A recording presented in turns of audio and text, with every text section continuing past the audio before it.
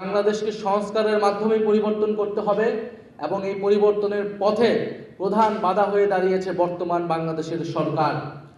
বিএনপির সরকার বাধা হয়ে দাঁড়িয়েছে, সেটা সকলের মুখ থেকে এসেছে।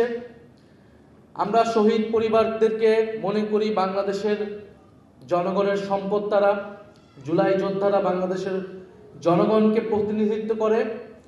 আমরা শহীদ পরিবার এবং জুলাই যোদ্ধাদের নিয়ে কোনো রাজনীতি কখনোই করতে চাই নাই, কখনোই করব না।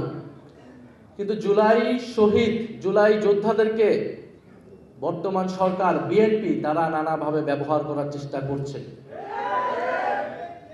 আমরা শুধু একটা কথাই বলেছি যে আমাদের দাবির সাথে আপনারা ঐক্যমত হলে আমাদেরকে সমর্থন দিন। আমরা বলেছি বাংলাদেশে গণতন্ত্র প্রতিষ্ঠা হতে হবে, কথা বলার স্বাধীনতা থাকতে হবে, বৈষম্য দূর করতে হবে, আধিপত্যবাদ থেকে মুক্ত করে বাংলাদেশকে স্বাধীন এবং সার্বভৌম রাষ্ট্র হিসেবে আত্মপ্রকাশ করতে হবে, বাংলাদেশের অর্থনীতির উন্নয়ন করতে হবে, দুর্নীতি এবং লুটপাটের বিচার করতে হবে। কিন্তু আমরা দেখছি বাংলাদেশ সরকার গঠিত হওয়ার পর থেকে পিছনের দিকে হাঁটছে। বাংলাদেশ আবার পুরনো পথেই হাঁটছে এবং জুলাই যোদ্ধাদের নাম ব্যবহার করে বর্তমান সরকার তার নানা কাজের বৈধতা দেওয়ার চেষ্টা করছে।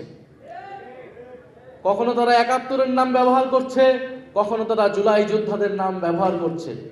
তারা আসলে কোনোটাকেই ধারণ করে না। তারা সকল আন্দোলনের সুবিধাভোগী ছিল, সকল আন্দোলনের সুবিধা নিয়েছে, কিন্তু কোনো আন্দোলন, কোনো গণ আন্দোলনের তারা প্রতিশ্রুতি কখনোই রক্ষা করে নাই। ইতিহাস এটাই বলে। আজকে এখানে আমার থেকে অভিজ্ঞ লোকেরা আছেন যারা ৯১-এর পার্লামেন্ট দেখেছে, যারা ৯০-এর গণ আন্দোলন দেখেছেন, অংশগ্রহণ করেছেন।